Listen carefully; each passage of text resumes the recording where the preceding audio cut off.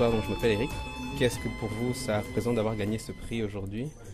Et qu'est-ce que vous voulez que les futurs gagnants de ce prix accomplissent en fait avant de... Qu'est-ce qui selon vous fait qu'on mérite de gagner ce prix en fait au nom de Victor Ingabire? Écoutez, moi je ne suis pas quelqu'un qui est passionné par les prix. Je pense que ce prix est un prix important pour la situation que connaît le peuple rwandais depuis plus de 20 ans. On ne peut pas comprendre qu'un pays qui a connu autant de massacres dans la région, dont lesquels massacres se sont propagés dans les pays voisins, notamment en République démocratique du Congo, eh bien que cette histoire reste une histoire taboue, une histoire qui ne doit être racontée que par une partie et d'une seule façon. Cette question pour moi est incompréhensible, moi qui suis étranger. Donc je considère que quand il y a un affrontement, on doit connaître ce qui s'est passé d'un côté et de l'autre côté. Dans les événements du Rwanda, on ramène tout au génocide comme si le génocide était la cause de la tragédie rwandaise. Je dis et je répète que le génocide au Rwanda n'est pas la cause. Le génocide est la conséquence de quelque chose. Mais quel est ce quelque chose qui est la cause de cette tragédie? Et ça, personne ne va en parler. Et je pense que ce prix permet et permettra qu'on essaye de comprendre pourquoi on en est arrivé à on dit, certains disent 3 millions de morts, d'autres 2 millions, d'autres 4 millions, etc.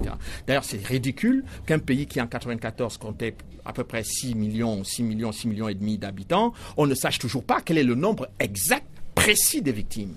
Et puis qu'on ne sache pas exactement qui sont les auteurs de tous les crimes qui ont été commis dans ce pays, en commençant par l'attentat du 6 avril 1994. Bon, lorsque j'ai affirmé que c'était le FPR de Paul Kagame qui avait abattu cet avion, à l'époque, le président rwandais et tous les autres avaient crié au scandale en disant mais aujourd'hui, les voix s'élèvent au sein du FPR pour dénoncer l'implication de Paul Kagame et des autres dans cet attentat. Donc, je ne comprends pas qu'on assassine 2 chefs d'État en Afrique et aujourd'hui, on a un président de l'Union africaine qui est célébré dans les instances d'une organisation politique régionale. Donc, je pense que ce prix-là a, premièrement, la vocation de nous aider à clarifier la situation. Deuxièmement, ce prix va permettre à ceux qui, jusque-là, ne se sont pas suffisamment exprimés de pouvoir s'exprimer sur la réalité des gens qui sont aujourd'hui emprisonnés au Rwanda pour des raisons qui sont des raisons purement politiques et qui sont une violation flagrante des droits de l'homme. Et la troisième chose, c'est que finalement, les femmes, dans toute cette histoire, payent un prix très, très, très lourd, aussi bien au Rwanda qu'en République démocratique du Congo. Et recevoir un prix qui porte le nom d'une femme et qui est organisé, porté par les femmes, évidemment, quelques jours après la Journée internationale de la femme, pour moi c'est un honneur, mais c'est aussi une responsabilité, une lourde responsabilité. Donc justement, en fait, donc le fait que cet événement soit organisé pendant le mois de l'histoire de la femme, juste après la Journée internationale des droits de la femme.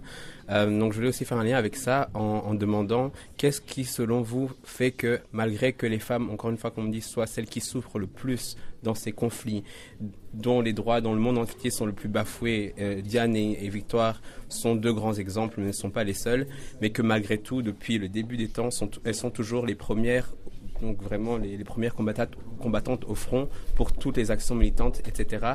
Et comment ça se fait que malgré que chaque fois, quand elles commencent quelque chose, on leur donne du pouvoir, mais après, quand elles ont commencé, on met un homme à la place pour être... qu'est-ce qu'on devrait faire, en fait, pour mieux honorer les femmes, mieux respecter les femmes et plutôt les aider dans leur combat, plutôt que chaque fois vouloir mettre un homme au centre de tout une fois que les femmes ont fait tout le travail derrière. Mais si vous voulez, ça relève des vieilles traditions qui ont toujours voulu que ce sont les hommes qui ont le pouvoir, ce sont les hommes qui gèrent les affaires de l'État, etc., etc. Mais je pense que pour la plupart de gens de ma génération et autres, ont toujours on a été encadrés, nous, essentiellement par les mamans. Ce sont les mamans qui nous ont encadrés. Bon, les pères étaient toujours là, mais ils faisaient des choses, mais le suivi quotidien de l'évolution d'un enfant, ça a toujours été la mère. Donc, il est évident que les hommes aujourd'hui souffrent aussi de ce complexe de ne pas être tout le temps efficace sur toutes les questions, et on ne peut pas être efficace tout le temps et surtout, et je crois qu'il serait aussi important que les hommes apprennent un peu d'humilité en se disant on va partager nos actions avec les femmes, laisser les femmes faire pas simplement la cuisine, gérer les enfants, etc., mais s'occuper aussi de la vie publique, de la vie de l'État et des affaires de l'État. Je pense que quand on est à l'école avec les femmes, on a les mêmes notes, on arrive à faire les mêmes parcours. Il est tout à fait logique qu'à un certain moment, dans la gestion des affaires des États, elles soient en première ligne. Et il y a des femmes qui arrivent à être premier ministre dans dans différents pays. On n'a pas vu que les pays étaient moins bien gérés que quand c'était les hommes. Donc je pense que pour le moment, c'est une fausse querelle de vouloir reprendre à chaque fois la main quand les femmes ont fini de faire le travail, on vient reprendre la main, etc. Non, je pense que ce n'est pas très juste et très cohérent. Oui, merci. Alors maintenant, par rapport à cette soirée, vous avez choisi de faire partie des femmes. Ben oui, mais vous savez, on a quand même beaucoup attendu des hommes. Bon, je suis parmi les hommes, j'ai travaillé avec les hommes aussi, mais j'ai quand même l'impression qu'il manque quelque chose. Et là, les femmes, depuis 7 ans, font ce travail de façon régulière, de façon assidue, et de façon de plus en plus efficace.